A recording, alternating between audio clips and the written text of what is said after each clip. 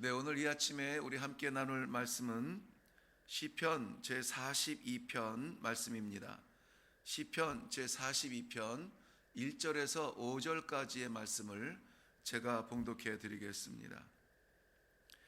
하나님이여, 사슴이 시냇물을 찾기에 갈급함같이 내 영혼이 주를 찾기에 갈급하니이다. 내 영혼이 하나님 곧 살아계시는 하나님을 갈망하나니 내가 어느 때에 나아가서 하나님의 얼굴을 배울까? 사람들이 종일 내게 하는 말이 내 하나님이 어디 있느냐 하오니 내 눈물이 주야로 내 음식이 되었도다. 내가 전에 성의를 지키는 무리와 동행하며 기쁨과 감사의 소리를 내며 그들을 하나님의 집으로 인도하였더니 이제 이 일을 기억하고 내 마음이 상하는도다. 내 영혼아, 내가 어찌하여 낙심하며 어찌하여 내 속에서 불안해하는가? 너는 하나님께 소망을 두라. 그가 나타나 도우심으로 말미암아 내가 여전히 찬송하리로다. 아멘. 네, 저는 오늘 이 말씀 가운데에 우리의 마음이 상하여 하나님 앞에 눈물로 기도하고 있는 그 모습을 연상하면서 말씀의 제목을 상한 마음이라 이렇게 정해 보았습니다. 오늘 시편 42편 말씀은 고라 자손의 마스길 인도자에 따라 부르는 노래 이렇게 붙여져 있는데요. 고라 자손은 성막을 지키는 문지기이면서 성막 안에서 성전 안에서 이 하나님께 찬양을 했던 찬양대로도 쓰임 받았던 그러한 자손들입니다. 그 자손들이 사람들이 모여 성막에 올라와 혹은 성전에 올라와 하나님 앞에 제사 드릴 때에 하나님의 말씀을 교훈적으로 남기기 위하여 찬양의 가사를 담고 있는데 그 가사가 오늘 우리가 읽은 본문의 내용입니다. 그런데 이것은 고라 자손의 작성한 그러한 찬양의 가사가 아니라 이 찬양을 위하여서 여기저기 좋은 기도의 제목들 그러한 것들을 수집해 본 것 중에 하나였습니다. 그러면은 오늘 이 시편을 기록한 저자가 누구이냐? 한 세 가지 정도로 이렇게 해석들을 하고 있는데요. 하나는 여호야김이 바벨론으로 포로로 끌려갈 때에 그 신세를 한탄하며 불렀던 그 노래 가사를 이렇게 적어 놓았다. 그것을 고라 자손이 발견했다. 이렇게 이야기하기도 하고, 또는 히스기야 왕이 죽을 병에 걸렸을 때에 하나님 앞에 나아가 기도하는 그 심정, 이사야 선지자로부터 이 중병의 선언을 받았을 때 어떻게 할지 몰라서 하나님 앞에 나아갈 때에 그러한 그 기도의 시이다라고 이야기합니다. 그런가 하면은 대부분의 사람들이 해석하는 것은 이 다윗이 피난 중에 예루살렘 예배드렸던 성막을 간절히 사모하면서 불렀던 그러한 안타까운 마음, 그것을 기록한 시이다 이렇게 해석하기도 합니다. 어쨌든 누가 기록한 것이든 간에 이 여호야김이든 히스기야든 다윗이든 안타까운 심정으로 기록한 것은 맞습니다. 그래서 오늘 본문에서도 보면은 이 시를 기록한 저자는 자신의 형편을 정말 비참할 만큼 안타까운 표현들을 사용하고 있습니다. 그 형편이 어떠냐면은 이것이 왕의 시라면은 자신을 사슴이라 그렇게 표현할 수가 없지요. 하나님이여, 사슴이 시냇물을 찾기에 갈급함 같이. 왕이라면은 보통 사자라든지 독수리라든지 이런 그 강력한 황소라든지 이런 힘을 상징하는 그러한 걸로 자기를 이렇게 비교를 합니다. 사슴은 아무래도 나약한 존재로 연상이 되어집니다. 약자의 표현입니다. 그래서 왕으로 쓸 수 없음에도 불구하고 자신은 지금 누구보다 연약한 가운데 형편없는 가운데 눈물로 이 시를 기록하고 있다는 것을 볼 수가 있습니다. 거기에 보면은 주로 사용된 단어가 이런 것들이에요. 갈급합니다. 갈망합니다. 내 눈물이 주야로 음식이 되었습니다. 마음이 상합니다. 내 영혼이 낙심하였습니다. 불안하여 떨고 있습니다. 이 5절 안에 되는 말 가운데 이 내용들이 있습니다. 갈급하다는 말은 그저 목이 마르는 아니에요. 그 갈급함은 사슴이 시냇물을 찾을 정도로 갈급하다고 했습니다. 이것은 그저 목마른 정도가 아니라 죽을 만큼 간절한 심정이라는 것입니다. 이 동물의 세계를 다큐로 찍는 그러한 이 프로그램들을 가끔 보면은 사슴들이 죽는 이유가 다른 데 있지 않습니다. 물 먹으러 물가로 나왔다가 악어에 잡히고 사자에 잡히고, 물가가 이들은 이 사슴에게는 생명의 마지막 보루이지만, 그러나 어떻게 보면은 다른 악한 짐승들에게 먹혀 죽을 수도 있는 그런 위험한 자리예요. 그럼에도 불구하고 물냄새 나는 곳으로 가야만 하는 겁니다. 그만큼 간절한 거예요. 갈망하다는 말은 정말 입이 타고 목이 타서 헐떡헐떡하는 그런 입이 쩍쩍 마르는 그러한 형편을 설명해 주고 있습니다. 내 눈물이 주야로 음식이 되었다. 다른 것을 먹을 수가 없습니다. 뺨에 흐르는 눈물이 내 입술을 적시고 내게 힘이 되고 있다. 그것이 유일한 음식이 되고 있다라는 안타까운 심정이에요. 마음이 상한다는 말은, 이 상한다는 말을 욥기에서 보면은 욥기 30장 16절 말씀에 욥의 고통을 이렇게 표현하고 있습니다. 이제는 내 생명이 내 속에서 녹으니 환난 날이 나를 사로잡았다라고 말하고 있습니다. 생명이 녹아내리고 있습니다. 심령이 녹아내리고 있습니다. 형태를 알아볼 수 없고 존재할 수 없을 만큼 녹아내리고 있다는 거예요. 마음이 상하는 것은 이 녹아내리는 생명같이 표현하고 있습니다. 내 영혼이 낙심하고 있답니다. 낙심한다는 말은 고개를 숙이고 있다는 것인데 좌절하고 기력을 잃었다는 말입니다. 고개들 힘조차 없는 그러한 상황을 이야기하고 있습니다. 그의 심령이 불안해하고 있습니다. 불안하다는 말은 이 파도 치듯이 소용돌이 친다는 거예요. 어떻게 어느 쪽으로 흘러갈지 모르는 그러한 어려움 가운데 불안해하고 있다는 것입니다. 것입니다. 가슴이 두근대서 편하게 있을 수가 없는 상황을 이야기하고 있습니다. 이것이 다윗의 시라면은 우리가 알고 있는 다윗과는 거리가 멀지 않습니까? 그런데 다윗의 형편이 지금 이만큼 비참한 상황에 있다는 거예요. 비통한 가운데 있다는 겁니다. 그것을 간절하게 이야기하고 있어요. 그런데 이유가 뭔지 아십니까? 이유는 하나였습니다. 내가 하나님께 나아가지 못하고 있습니다. 하나님께 나아가지 못하기 때문이에요. 다윗의 안타까운 심령 가운데 쏟아진 이 단어들이 하나님께 나아가지 못하는 안타까운 형편 때문이라는 겁니다.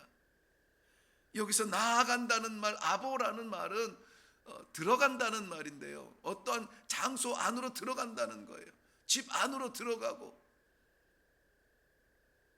이것은 마음이 내가 하나님을 향하고 있다는 그러한 이런 심리적인 말이 아니라 정말 내 육체가, 내 몸뚱아리가 물리적으로 어디 안으로 들어간다, 어느 형편의 위치에 있다라는 그러한 행위적인 것을 말하고 있습니다. 다윗은 늘 하나님의 성막을 사모하며 하나님의 성막을 바라보는 삶을 살았습니다.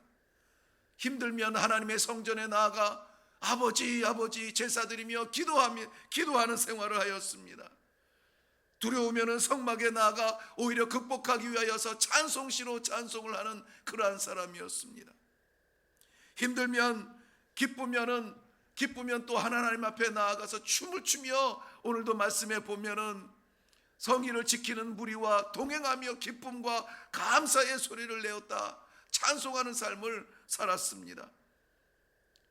다윗의 성전 건축을 결심할 때에도 그는 여전히 하나님의 성막을 바라볼 때의 마음이 생겼던 것입니다.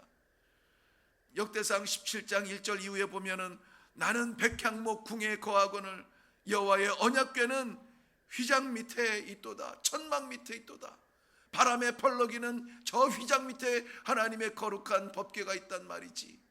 나는 이러한 좋은 집에 거하는데 마음이 안타까워 안 되겠습니다. 내가 하나님의 성전을 건축해야 되겠습니다. 자신은 따뜻한 궁 안에 있지만 하나님의 언약궤는 펄럭이는 천막 아래 있다는 것을 바라볼 수가 없었습니다. 어디에 있는지 어떻게 사는지가 중요한 것이 아니라 그의 눈이 하나님의 성막을 바라보는 생활을 했다는 것입니다. 그런데 지금은 하나님의 성전에 나아가지 못하는 상황이에요. 갈 수 없는 상황이에요. 원수가 막고 있든 질병이 막고 있든 상황이 막고 있든 나아갈 수 없는 그 형편이 안타까워서 노래를 하고 있습니다. 하나님 전에 나아가 주의 얼굴 뵙고 주의 무리들과 함께 찬송하기를 원합니다. 기도하기를 원합니다. 감사와 감격으로 하나님의 이름을 부르기를 원합니다. 그런데 나아갈 수가 없습니다. 돌아갈 수가 없습니다. 들어갈 수가 없습니다. 이것이 안타깝고 불안한 것입니다. 내 영혼아 어찌하여 낙심하며 어찌하여 내 속에서 불안해하는가. 이유야 어떻든지 간에 지금 이 시대에 우리도 다윗처럼 하나님의 성전에서 마음껏 예배하지 못하는 이 영혼의 갈급함을 느끼십니까? 아니면 형편이 그러니까 어쩔 수 없지, 언젠가 되겠지, 순응하고 있습니까? 우리가 만약 오늘 하나님 앞에 기도해야 된다면 다윗과 같이 안타깝고 절박한 심정으로 하나님 성전에 나아가지 못하는 그것 하나만으로 갈망하며 헐떡이며 마음이 상하고 찢어지는 만큼 답답하고 안타까운 심정으로 하나님 앞에 기도할 것입니까? 게다가 원수들은 조롱합니다. 그러면 그렇지, 네 하나님이 어디 있다고? 어디 한번 보여줘봐. 이럴 때 우리는 어떻게 해야 됩니까? 5절 말씀에 보면은 너는 하나님께 소망을 두라. 너는 하나님께 소망을 두라는 것입니다. 하나님은 소망의 하나님이십니다. 우리를 어둠 가운데 그렇게 던져놓으실 하나님이 아니라 그 안에서 만나기를 원하시며 그 안에서 찾아내기를 원하시며 나를 바라보라고, 내 손 잡으라고, 내게 나오라고 우리를 불러주시는 그 소망의 하나님을 믿으시기를 바랍니다. 불안하고 낙심한 그 심령의 치료제는 소망밖에 없습니다. 두렵고 답답할 때 눈 감으면 넘어집니다. 오히려 그때에 더 눈을 부릅뜨고 우리의 영적인 눈, 영안을 부릅뜨고 하나님을 바라보며 소망을 찾아내시기. 우리 하나님께 소망을 둘 때에 오늘 본문 말씀은 분명히 약속해 주십니다. 그가 나타나 도우신다. 나타나 도우실 것입니다. 하나님의 현현, 하나님의 내주하심으로 말미암아 우리를 도와주실 것입니다. 여기 도와주신다는 말은 예수오트라는 말인데 이것은 예수아라는 말의 복수입니다. 예수아, 여호수아, 예수 구원자 되신다는 말씀이시죠. 도와준다는 것이 어떻게 그냥 슬쩍 우리가 기댈 정도의 도움이 아니라 우리를 이 형편에서 끌어내 주신다는 거예요. 건져내 주신다는 겁니다. 구원해 주실 것입니다. 하나님 앞에 마음껏 올라가 예배드리지 못하는 이 안타까운 심정, 정치가 해결해 주나요? 의사들이 질병을 치료해 주나요? 하나님께 소망을 둘 때에 하나님이 바람을 바꾸어 주셔야 됩니다. 하나님이 치유해 주셔야 됩니다. 여호와 라파 하나님께 소망을 두고 더욱 우리가 기도할 때에 하나님이 분명 우리를 도와주시고 구원해 주시고 다시 예배의 자리를 회복하여 주실 줄로 믿습니다. 그러면 마지막 이 말씀은 이렇게 끝맺히고 있습니다. 내가 여전히 찬송하리로다. 우리의 찬송이 회복될 것입니다.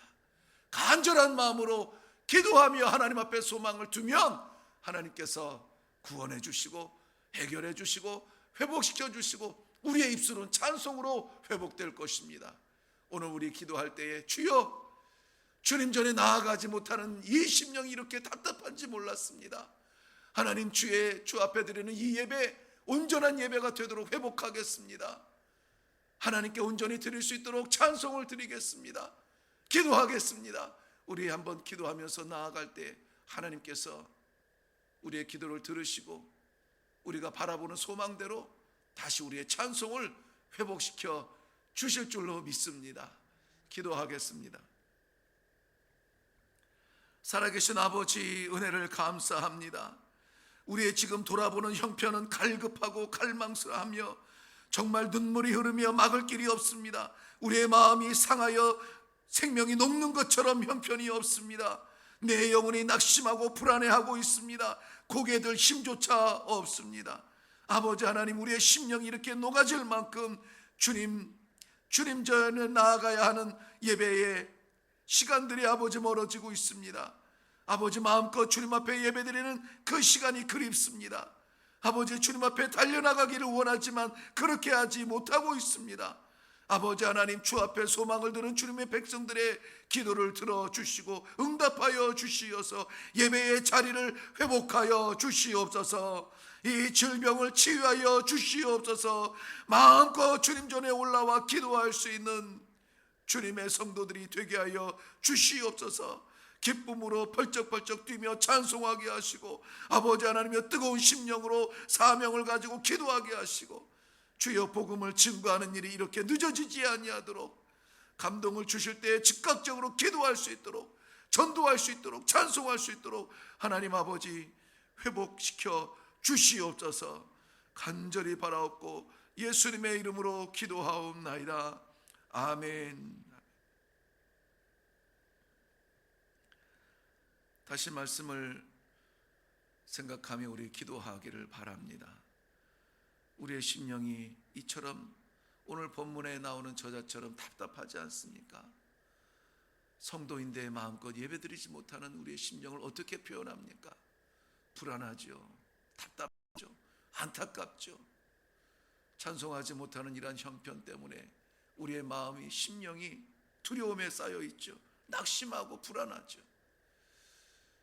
다른 데 있는 것이 아니라 우리 예배만 회복이 되면, 하나님 앞에 올려드리는 예배만 회복이 되면 이 모든 것들이 다 씻겨질 줄로 믿습니다.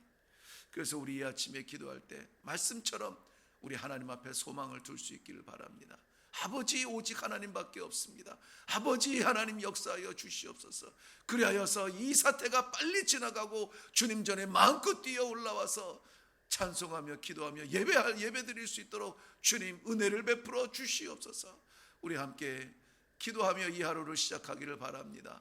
이 기도가 우리의 소망이 되며 하나님의 응답이 될 줄로 믿습니다. 다 같이 기도하겠습니다.